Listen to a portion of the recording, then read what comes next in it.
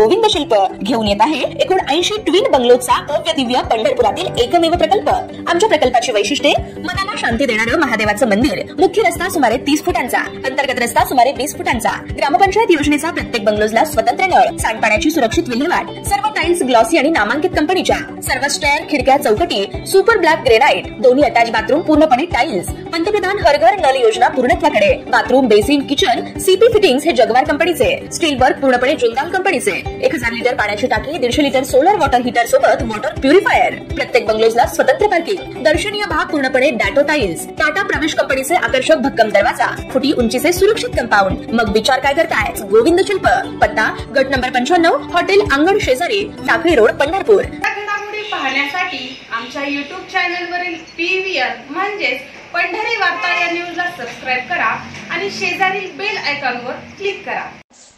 केंद्रीय गृहमंत्री अमित शहा यांनी मंगळवारी मुंबईत येऊन महाराष्ट्रातील जागा वाटपावर चर्चा केली आहे।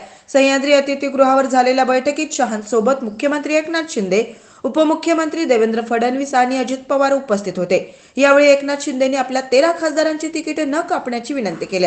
मात्र भाजप 32 जागा लढवण्यावर ठाम असल्याची माहिती सूत्रांनी दिली आहे। त्यामुळे शिंदे गटातील काही खासदारांचा पत्ता कट होण्याची शक्यता वर्तवली जाते। अशातच भाजपच्या 32 संभाव्य जागांवरील संभाव्य उमेदवारांची यादी सोशल मीडियावर व्हायरल झाली आहे। सोलापूर आणि माढा लोकसभा मतदारसंघातून भाजपची उमेदवारी कोणाला याची उत्सुकता कायम असून व्हायरल होत असलेल्या संभाव्य यादीत सोलापुरातून माजी राज्यसभा खासदार अमर साबळे तर माढ्यातून विद्यमान खासदार रणजितसिंह निंबाळकर यांची उमेदवारी दर्शवण्यात आली आहे। माढा मतदारसंघावर राष्ट्रवादी काँग्रेस अजित पवार गटाने केलेला दावा भाजपने फेटाळला असून याचबरोबर भाजपातीलच मोहिते पाटील यांचाही उमेदवारी मागणी अदखलपात्र ठरली असल्याचीच चर्चा आहे। तर सोलापूर लोकसभा मतदारसंघातून भाजपचे विद्यमान खासदार जयसिद्धेश्वर स्वामी यांचा पत्ता कट होण्याचे संकेत असल्याने या मतदारसंघात भाजपच्या स्थानिक नेत्यांची प्रचारावेळी होणारी अडचण दूर होणार आहे असंच म्हटलं जात आहे।